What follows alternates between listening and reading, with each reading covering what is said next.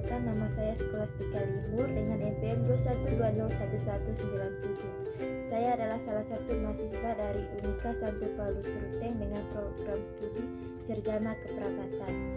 Baik, di sini saya akan melakukan edukasi tentang penyakit-penyakit yang sering timbul pada saat terjadi bencana. Salah satunya yaitu diare. Yang pertama, di sini saya akan menjelaskan pengertian dari diare. Diare adalah kondisi yang ditandai dengan peningkatan frekuensi buang air besar atau BAB yang cair atau lebih dari 3 kali dalam sehari. Diare dapat menyebabkan dehidrasi yang apabila tidak ditangani dengan cepat dapat berakibat fatal. Pada situasi bencana alam, diare sering menjadi masalah kesehatan yang signifikan karena kondisi sanitasi yang buruk dan kurangnya akses terhadap air yang bersih. Penyebab diare saat bencana alam. Beberapa faktor penyebab diare pada saat bencana alam meliputi kualitas air yang terkontaminasi. Bencana alam seperti banjir seringkali menyebabkan air bersih tercemar oleh bakteri, virus, dan parasit dari tinja, limbah atau bahan kimia.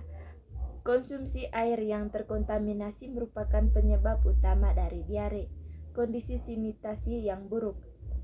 Tempat penampungan sementara atau pengungsian seringkali tidak dilengkapi dengan fasilitas sanitasi yang memadai, seperti toilet atau tempat pembuangan sampah yang aman, yang memperburuk risiko penyebaran penyakit melalui feses.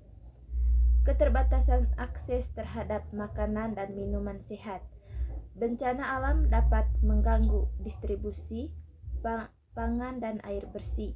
Pengungsian mungkin terpaksa mengkonsumsi makanan yang terkontaminasi atau tingkat higienis yang meningkatkan risiko infeksi saluran pencernaan. Lalu yang terakhir yaitu stres fisik dan mental. Kondisi fisik dan mental yang lemah akibat bencana alam juga dapat menurunkan daya tahan tubuh sehingga lebih rentan terhadap infeksi yang dapat menyebabkan diare. Yang berikut yaitu pencegahan diare pada saat bencana alam. Pencegahan diare saat bencana alam memerlukan upaya terkoordinasi antara pemerintah, organisasi kemanusiaan, dan masyarakat. Beberapa langkah pencegahan yang dapat dilakukan adalah yang pertama yaitu penyediaan dan pengelolaan air bersih. Menyediakan air bersih yang cukup dan aman untuk dikonsumsi adalah prioritas utama. Lalu yang kedua, perbaikan dan pengolahan sanitasi. Membangun fasilitas sanitasi yang memadai di tempat pengungsian atau pengungsian sementara sangat penting untuk mencegah penyebaran bakteri atau virus penyebab diare. Yang ketiga yaitu edukasi masyarakat tentang cuci tangan.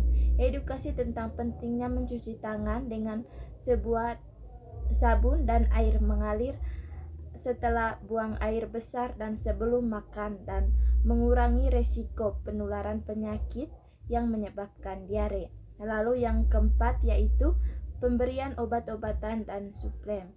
Memberikan obat oralit untuk mencegah dehidrasi dan antibiotik bila diperlukan untuk mencegah atau mengobati infeksi saluran pencernaan.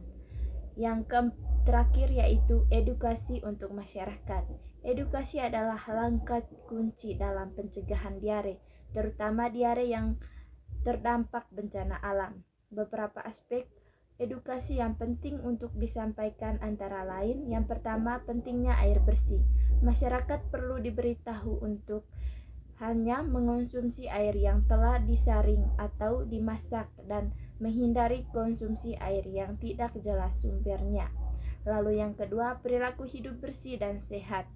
Masyarakat harus dilatih untuk menjaga kebersihan pribadi dan lingkungan, seperti selalu mencuci tangan sebelum makan, setelah buang air besar, dan menjaga kebersihan lingkungan tempat tinggal. Lalu yang ketiga yaitu tanda dan gejala diare. Masyarakat juga perlu diajarkan untuk mengenali tanda-tanda dehidrasi dan diare berat serta segera mencari bantuan medis jika terjadi gejala seperti diare yang disertai daerah darah muntah atau demam tinggi. Baik teman-teman, itu saja video edukasi yang sempat saya bawakan. Untuk selebihnya saya mohon maaf. Terima kasih.